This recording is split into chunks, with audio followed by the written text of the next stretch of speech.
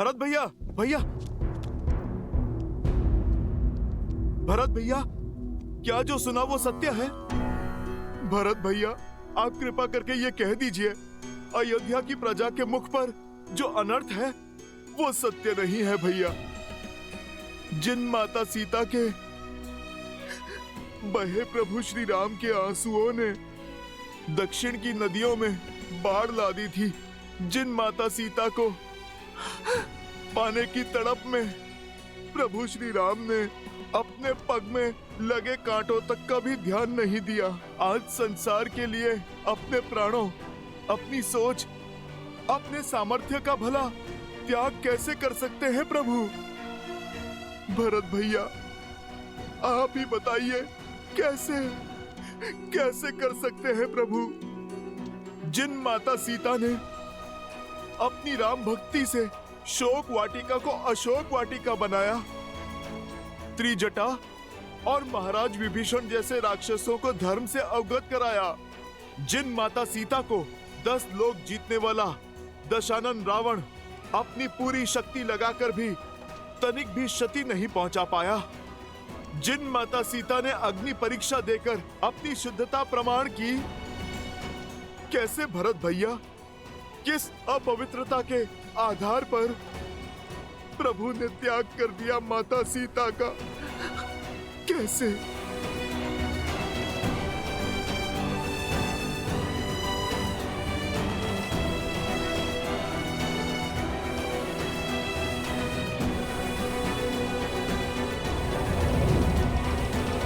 भरत भैया, आपका मौन बता रहा है कि आप उत्तर देने में असमर्थ हैं। मैं स्वयं ही अपने प्रभु से जाकर अपने प्रश्नों का उत्तर मांग लूंगा। मेरे प्रभु मौन नहीं रह पाएंगे।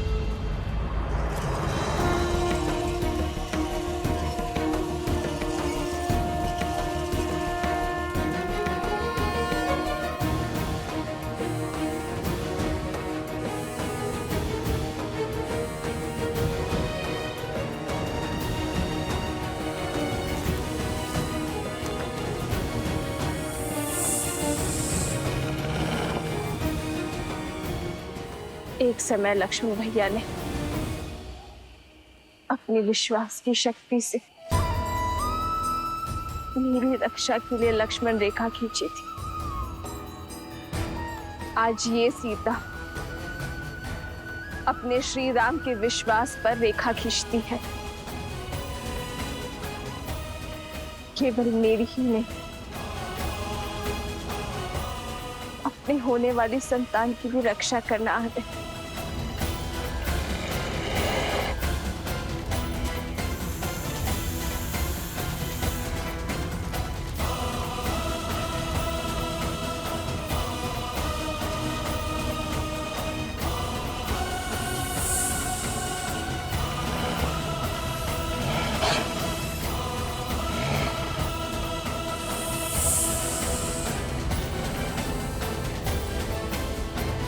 श्री राम, श्री राम,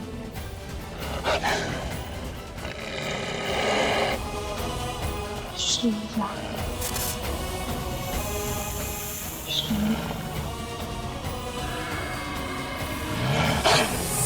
श्री राम।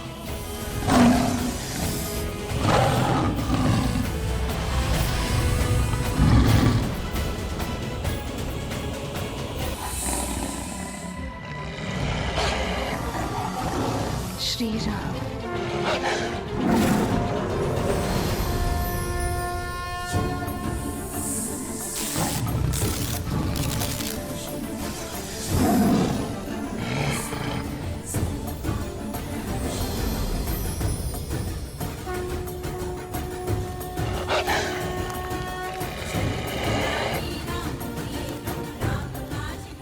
एक बार दान देने के लिए मर्यादा की रेखा पार की थी मैंने।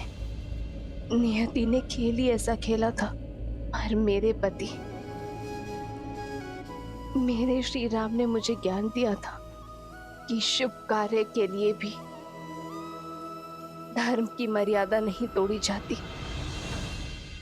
प्रभु, मुझे मेरे प्रश्नों के उत्तर चाहिए। प्रभु,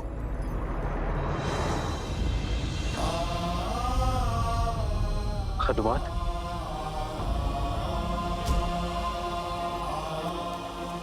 प्रभु,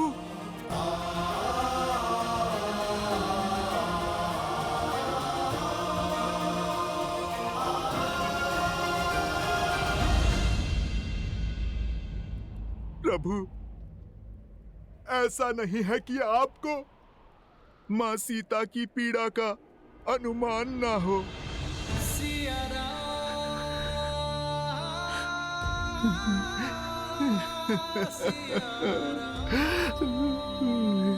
प्रभु, ये भक्त भगवान के निर्णय पे प्रश्न नहीं कर रहा। आप केवल मुझे इतना बता दीजिए कि आप कहां से लाए हैं इतनी शक्ति, इतना सामर्थ्य कि मैया को त्याग करके भी किस प्रकार आपके ये प्राण टिके हुए हैं प्रभु।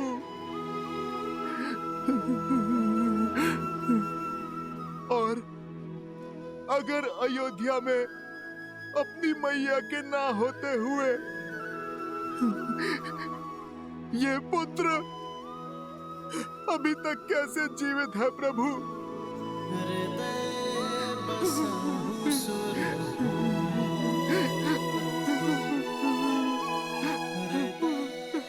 प्रभु,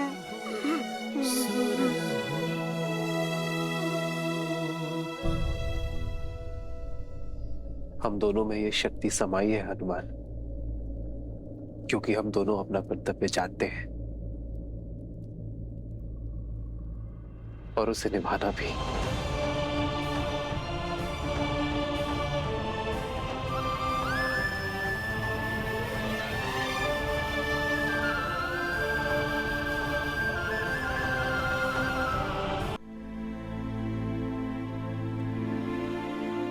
प्रभु, आप किस कर्तव्य की बात कर रहे हैं?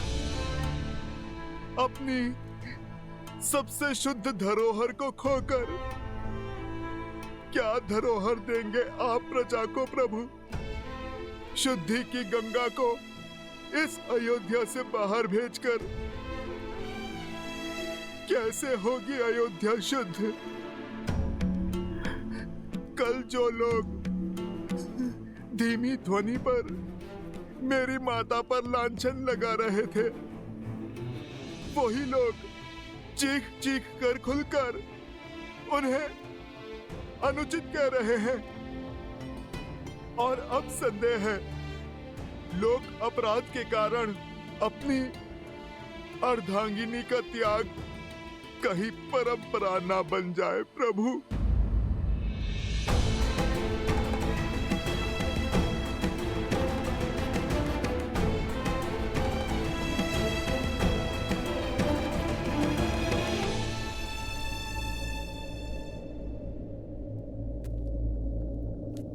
कल सूर्योदय तक धैर्य रखो हनुमान। कल सूर्योदय की पहली भोर के साथ मैं नगर को संबोधन करूंगा, उनके हर संदेह पर विराम लगाऊंगा, उन्हें अपने हर प्रश्नों का उत्तर मिलेगा।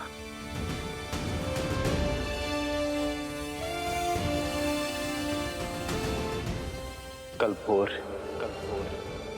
राम राज्य की यात्रा का आरंभ होगा।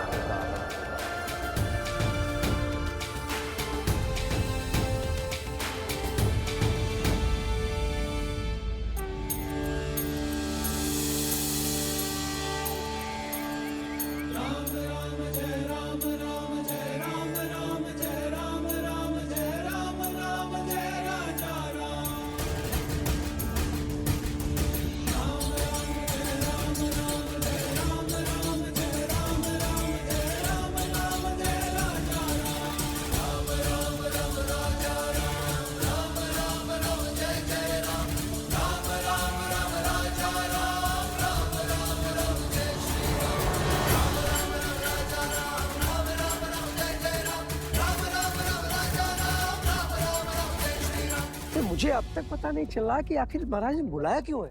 मुझे तो ऐसा लग रहा है कि जो बातें उठ रही है ना वही सत्य है।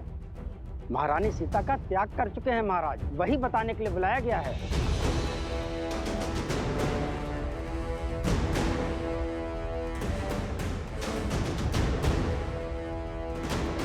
क्या सत्य में महाराज ने महारानी का त्याग कर दिया है? नहीं नहीं, हमारे महाराज महारानी का त्याग नहीं कर सकते।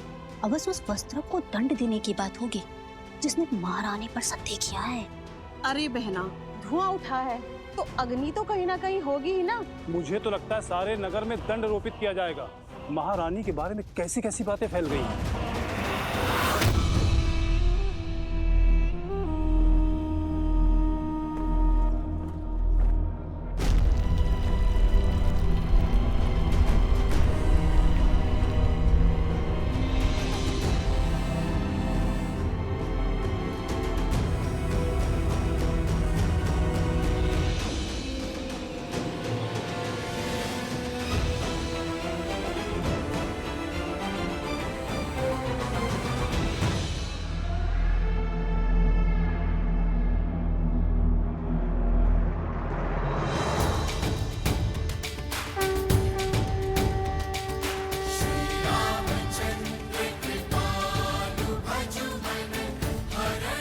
सियावर रामचंद्र की, सियावर रामचंद्र की, सियावर रामचंद्र की, सियावर रामचंद्र की। देखते हैं राम क्या स्पष्टीकरण देता अपने कर्म का। चिट भी मेरी, पट भी मेरा, सीता तो गई। श्री राम।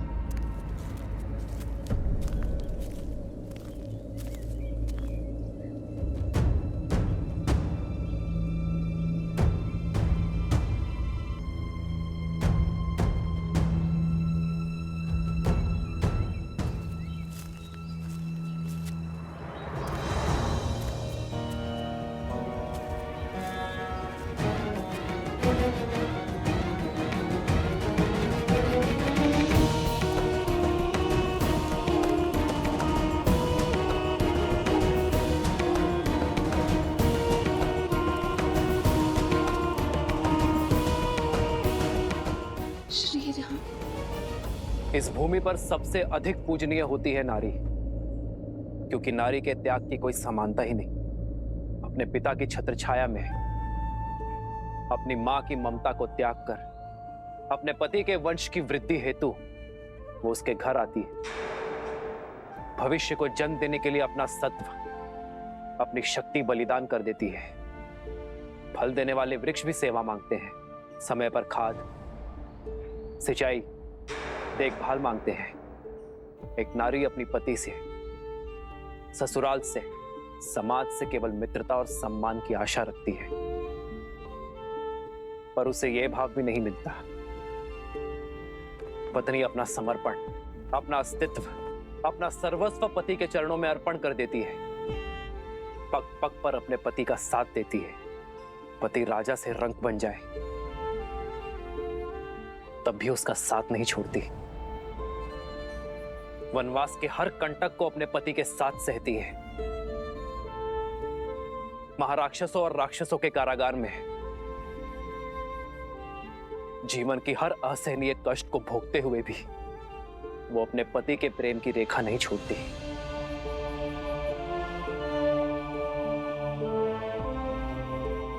मेरे प्रिय प्रजाजनों, नारी पर झूठा लांछन लगाने से उसकी पवित्रता क्षीण नहीं होती, उसके त्याग की पराजय नहीं होती। पराजय तो उस पति की होती है जो अपने पत्नी के त्याग को उसका समुचित स्थान नहीं दे पाता।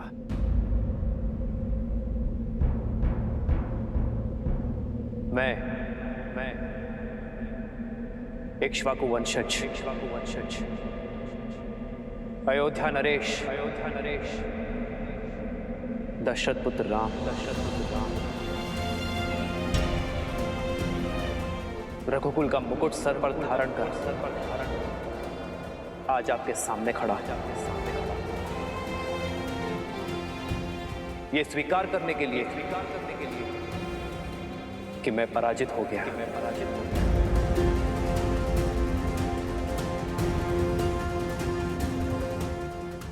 अपनी सीता को विवाह में दिए वचनों को आज मैंने तोड़ दिया है।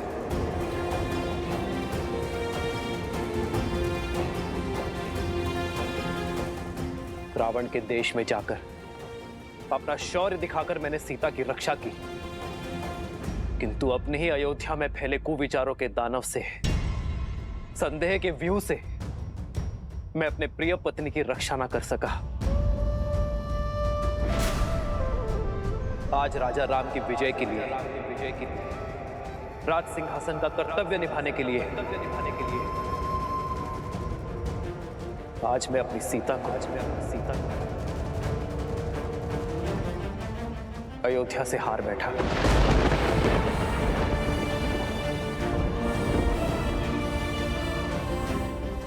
किंतु इसका यह अर्थ नहीं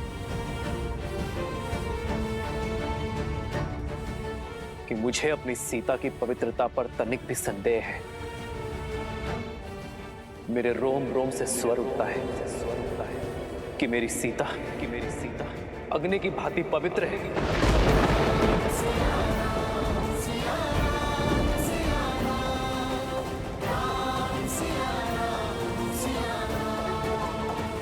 विचित्र है ना, जिसकी पवित्रता की साक्षी में स्वयं अग्निदेव खड़े रहे, उसका ये निष्ठुर पति उसके साथ खड़ा न रह सका, जिसने संग वन में गमन किया। मैंने उसे ही एकाकी गर्भावस्था में वनवास भेज दिया।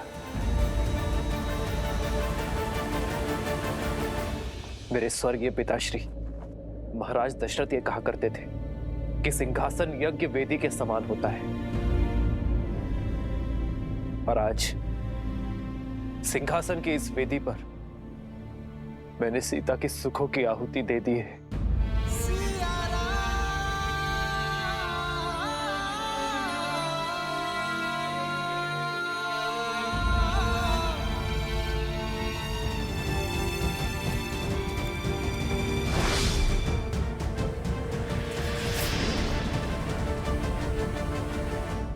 कौन है आप सब?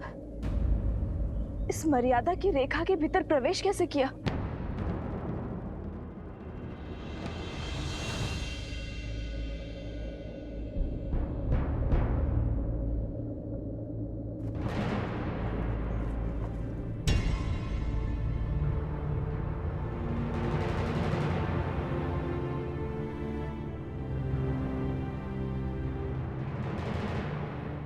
पर अब कुछ नहीं हो सकता।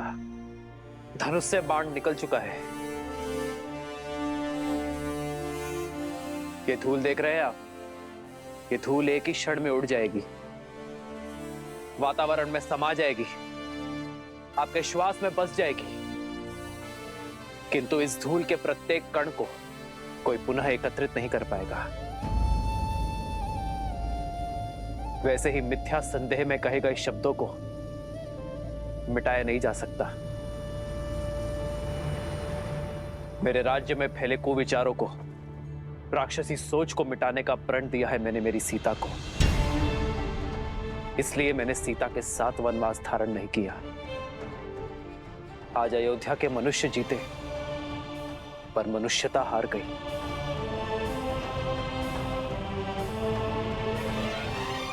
और इसी शोक में ये महल, ये नगर मेरे लिए वनवास है। हमसे भूल हो गई महाराज, हमें क्षमा कर दीजिए।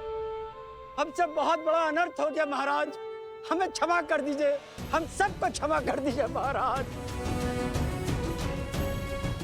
महारानी सीता को लौटा लाइए महाराज, उनका त्याग ना कीजिए। लौटा दीजिए महाराज, लौटा दीजिए महाराज, लौटा दीजिए महाराज, लौटा दीजिए महाराज, लौटा दीजिए महाराज, लौटा दीजिए महाराज, लौटा दीजिए महाराज, लौटा दीजिए महाराज।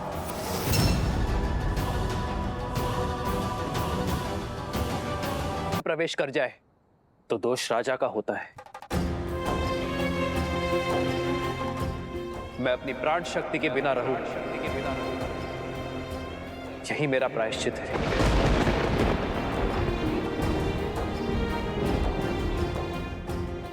ऐसा करके मैं अयोध्या की प्रजा पर कोई उपकार नहीं कर रहा हूं।